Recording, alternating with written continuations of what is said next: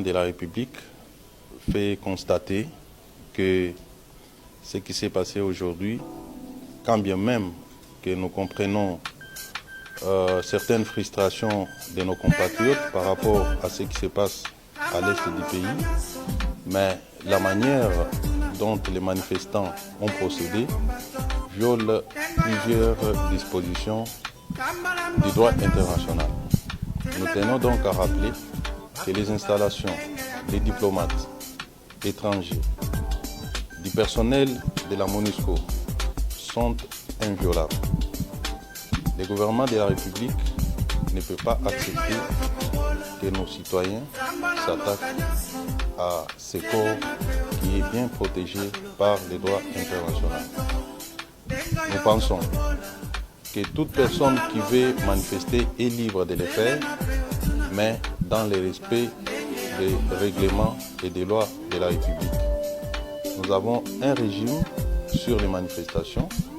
Chaque fois que quelqu'un veut manifester, il adresse une correspondance à l'autorité compétente. On autorise et la police sera derrière pour encadrer, ce que nous n'avons pas constaté aujourd'hui. Nous demandons donc à notre population de se calmer parce que le gouvernement de la République est conscient de ce qui se passe à l'est du pays. Le front se trouve à l'est, l'ennemi est à l'est. Nous devons consacrer notre énergie à attaquer cet ennemi, de combattre ensemble et nous sommes convaincus que nous allons les renvoyer d'où il est venu. Il ne sert donc à rien d'entretenir une tension dans la capitale. C'est le suivi des instructions données à nos hommes de troupes et le message lancé à la population.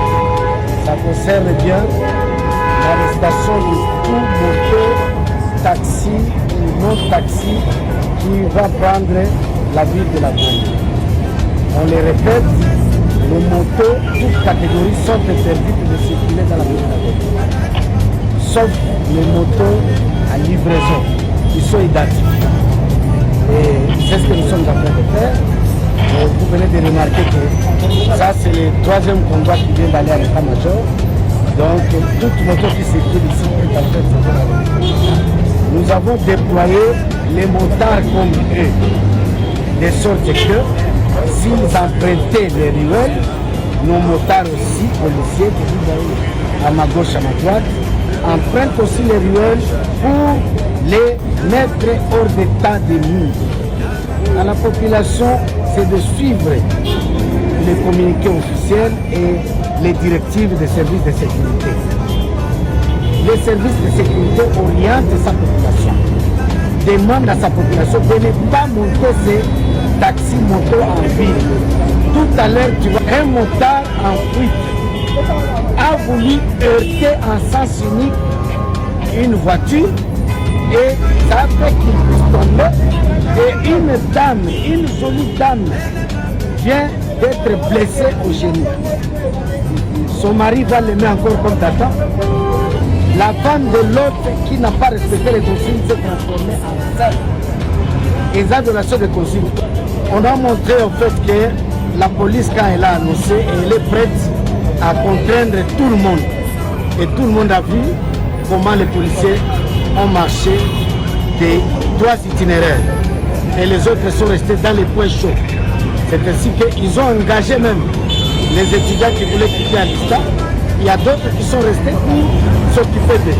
Et ils ont été dispersés pour dire que l'ordre doit être respecté. C'est ça le sens de cette démonstration de force.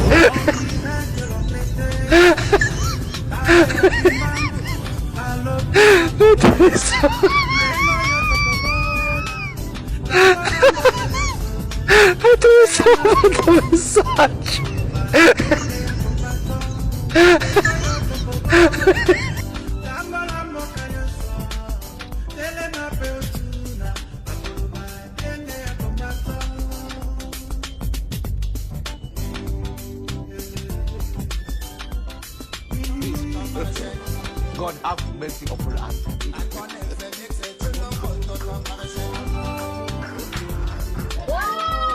Dali théâtre te mboka na biso pe esengeli ezala exemple ata na likambo moko. epekisami na moto kocircule na kati ya commune ya Gombe.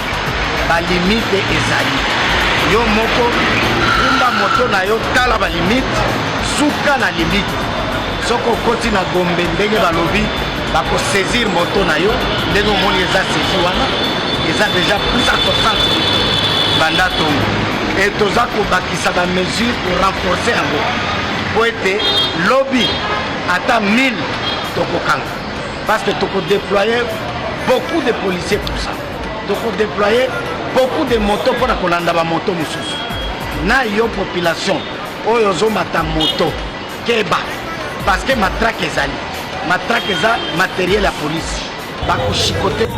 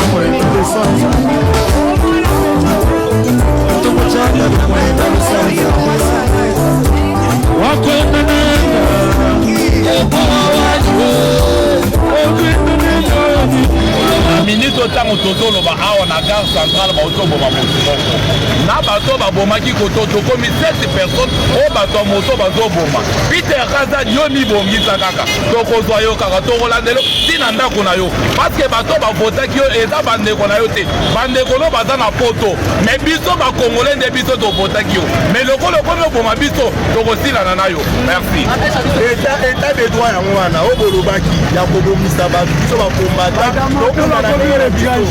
okomi koboma biso na marché mpona bandeko ya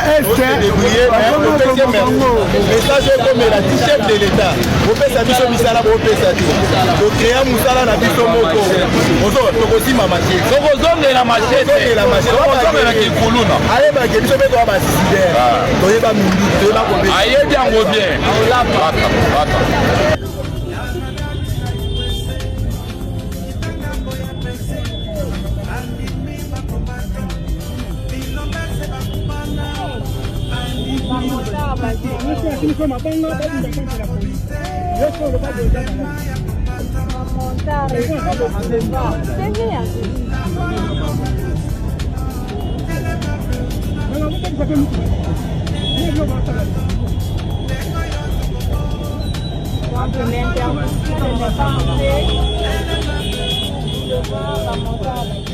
L'état de droit now.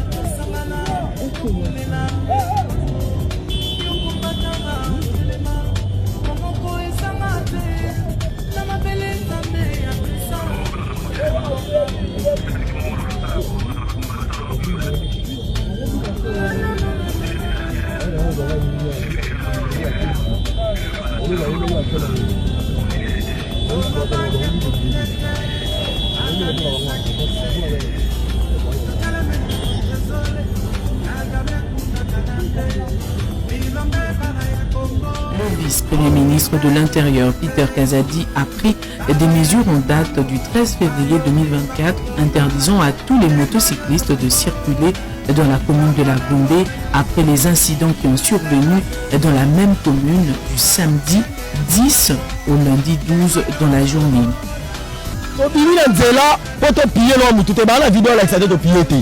To se manifester mécontentement na mamone kana este. Mais toi surtout kana pourquoi avec le non ba mota ba otsa des autres de ninga la responsable abike toza ba civique na tangi classe papa na la tangi sinati na grada na liki misala ezate ya le bien mona moto na gombete soki eza po tomenele ba moto siko to tike lié apesa biso misala to Alex abiso na ba test na traité d'amèche tout à sauter aux oités. On fait ceci parce qu'il n'y a pas le travail. On agit à tel que les Coréens parce que nos frères souffrent. Président Nabiso a lobby ces derniers temps, c'est également la Mboka a réjoui la Mabele Maï. Là, Naza Congolais de père et de mort. Nazo Bouli la Mboka Langa. Naza na droit qui est partout la Lingui. Na Bouli la négalement de responsable. Mais Peter Kazadi, ton foutara, nyoso, bataki nyoso. Qu'est-ce qu'il y a en la taka? Qu'est-ce qu'il y a en la taka? Qu'est-ce qu'il y a en les alliés? Sikoyo, lié, dépôt comme ministre intérieur, moindre escarmouche, plus de 14 millions de personnes dans la totalité après la guerre mondiale. Atika la repère sa billet que le peuple congolais, à l'est, c'est pas un ministre intérieur, il y a République. Le peuple congolais, ce qui était passé à l'est, la situation se présente de manière suivante. Atika le baroté. Mais Arbiso, que comme tu côté les l'ambassade des États-Unis, pour ça, il y a un mois, bon, qui est poteau. Biso ndeto otika na awa biso ndeto otika na mboka na biso nous on se combat battre au constaté papa Fachi Boko ozamo na mboka de père et de mère obotami na Kinshasa oyebi souffrance ba congolais Peter Kazadi oyebi souffrance ba kinote nous on souffre tozoli comme musala na joie la voie normale na selemao bazoli babato nga bayiba nga moto est-ce que ce mois d'unité spéciale pour la bakuluma na kulo moko 22 ans zo bango kende mais comment ça fait tu so botte meto ya na sosmata beaucoup de jeep ya ma moto baso tout aba mota na misu na la vidéo mota na poste lobi ba twamoni babo kele singa na mbine akwai lokolo bukani est-ce que ye Peter Kazadi en son famille ya moteur ozo buka makolo attaque congolais ozo détruire mokao lolenge moko ba Rwanda ba bo mabandeko na biso na est yo poso bo mabiso po biso to salate to boyi te na société nyoso batamba be bazanga raté ode comprendre ata la famille ndoki azanga raté parce que batu ezade que so mbuta sali des ordres allez yo punir communauté mobimba parce que batu basali des ordres c'est pas normal ce qui pona marche au batu monto basalaki ou bisonde tozo boma batu na Rwanda po ba sanctionner biso c'est que bango ba yede loko bango ba osala c'est que bango ba yedi bazan tete makambo wana po Peter Kazadi akota makambo wana c'est que ya yebi yango parce que biso bande kwa na bazana este bazana ndeko na biso ce que président atie wana il faut alandela makambo ya este nyonso abike biso tozana banani ya ben na yebite na benga na terme nini biso tokoto ba civique biso po to mema moto abengi biso ba civique na yebite akalive biso loka banani na yebite de biso ba to moto de ngai na komo kelba Peter Kazadi apesa nga musana na tika moto soit ben compétence ni na za nango devant ye pour nga na civique na ndimi na za civique pour na za na moto si qu'on a kende pa na to ça ba to passer na ba test ce que vous en a place apesa nga na travailler na tika moto c'est tout imaginez bakangi na moto et puis ça unité spéciale ko etambola so bakangi na moto bazo beta yo en désordre ma jinke mabikole modumu wa moto ujo ambulisha bantu babumu modumu wa moto ujo ambulisha bana babumu tutulosha bana tula sa tu futanzo ya bende mobulemu pinje pa yo wante décision ne moto ka boju mu vile to Peter Kazadi na tu jishani Peter Kazadi na tu peshtu to tu dibenza marche bazo tu réclamer muji bana betu bashuku est babumu na l'essence que ambassadeur aux États-Unis na ambassadeur en France bondu comme Congo bolu to bele bato kwili na shaka kaka seto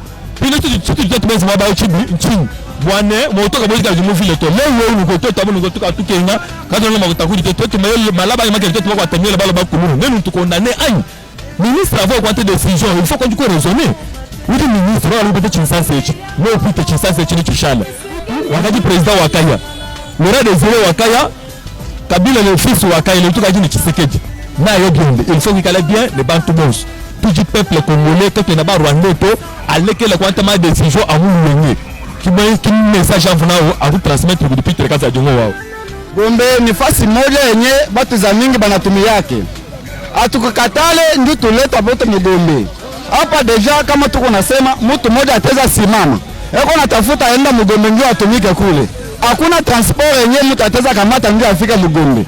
Sasa pale yeko anakatala ndio tulifika Mugombe. Ule mtu ule atafika Mugombe je ndio afanya kazi yake. Ile ni ya kwanza. Ya pili, hatuna na kazi moja yenyewe tunafanyake. Kama wewe uko nakatala ndio tuingie Mugombe. Kama tuingie pafasi yote yenyewe uko nakatala. Uko natafuta ndio tuanze tutembee pafasi gani? Lakini Gombe ni komini moja yenyewe tunasamaka ya Kinshasa. Gombe haina nafasi moja yenyewe unasema sema au utaweza enda kule ndio abafanya ile kazi hapana.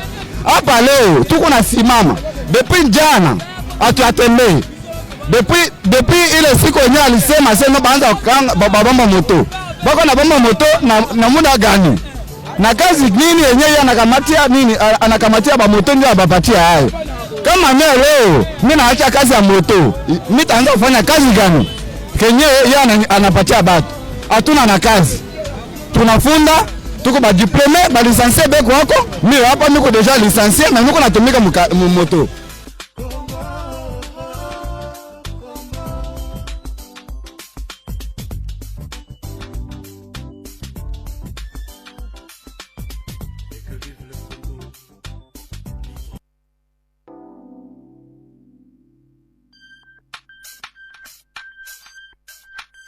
Lengo yote kubola Lambo kanyaso Ele mape utuna Makuluba Tengi ya kombato Lengo yote kubola Lambo kanyaso Oya posta la wapia kena pino wana Olota kana pena kubotolia Mande kona bito mazoku kwa pino wana wapia Ola kina pino leo Oya kena tokana pino leo Oya kena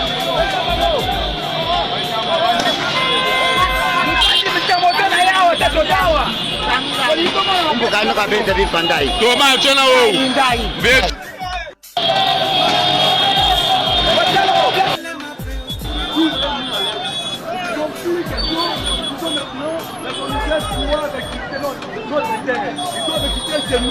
Nous n'avons pas négocié avec les MONUSCO ni avec le Rwanda. Nous demandons au chef de l'État, s'il ne trouve pas une solution immédiate, satisfaisante au peuple, nous allons nous en charger.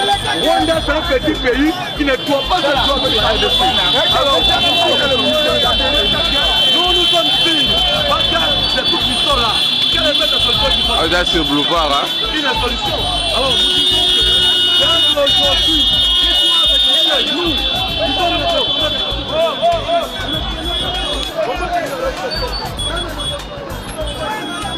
ya baksa pinana likola pine mususu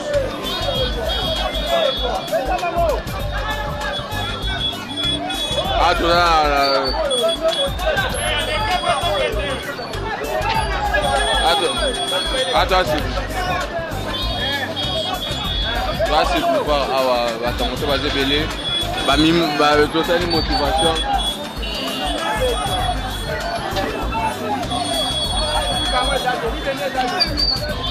osojemelango okwaya nango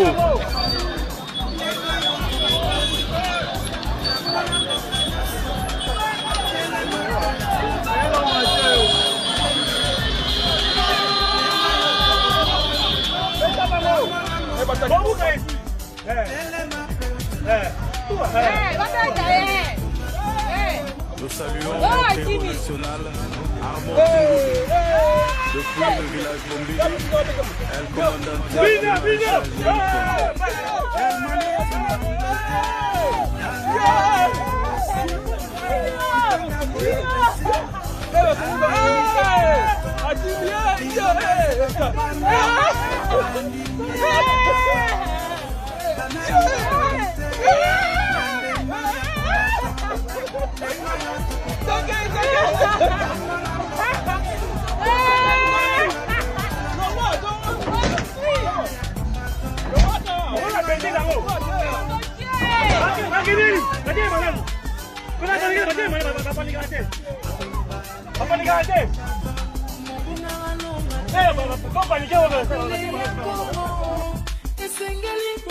Sokabila ke inyo se bongi akei meza kaka komplike eske totanga kelasi ya malonga biso nde totambwisa makasu na shimbok me baloba toza bafeneyan mamosala tuna koma licencié otekama pa makala na quartier me nazangi moyen kozongiselo sourire partout na toke bazoyamba te po tomerite nyonso tozalani yake bana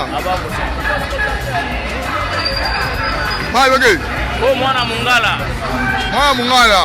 ya longona te Neko longona to filmer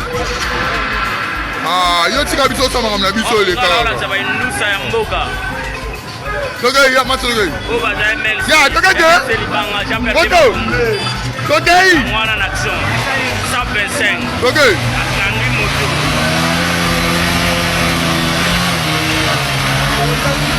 mwana mungala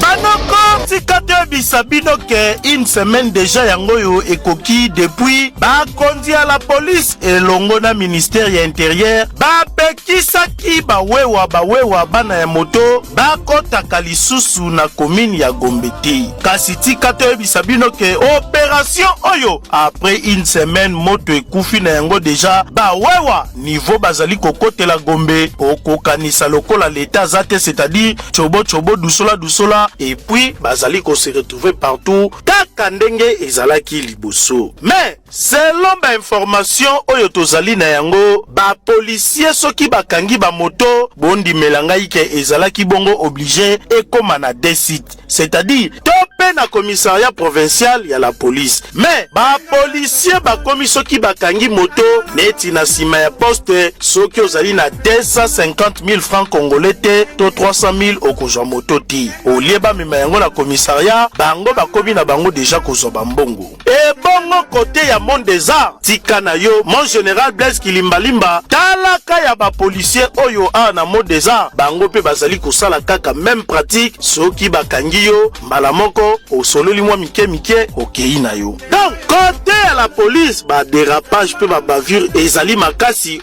oyo ezali kosenga mokonzi na bango ya la police a surveiller pe alandela ba mesure d'encadrement oyo ezala bongo bafoué te. E bongo kote ya bawewa bayokaka te tetu malgré bazali kokangama bazali kaka kokontinue kokotisa moto na Gombe oyo elingi kolobake il faut ko renforcer encore pe kobakisa ba mesure oyo ekosala bato lisusu pasi makasi. Tala match oyo tozotalela tozojimele ekani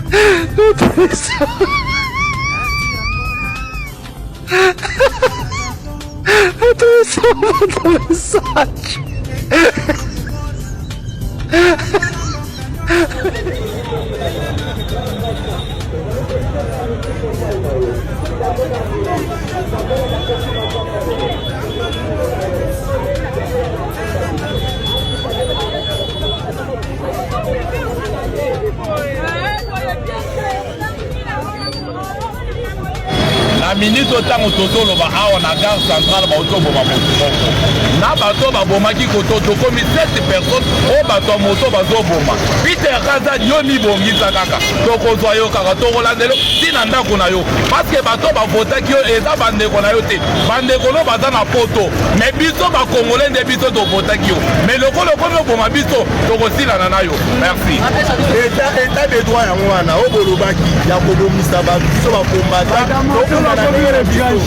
okomi koboma biso na bamarché oyo bandeko ya este message ekomela ti chef de l'état opesa biso misala boopesa te tokrea mosala na biso moko tokosimama te tokozongela machetokozongela kikuluna ayebake biso mpe toya basisidere toyeba mingi toyeba ayebi yango bien.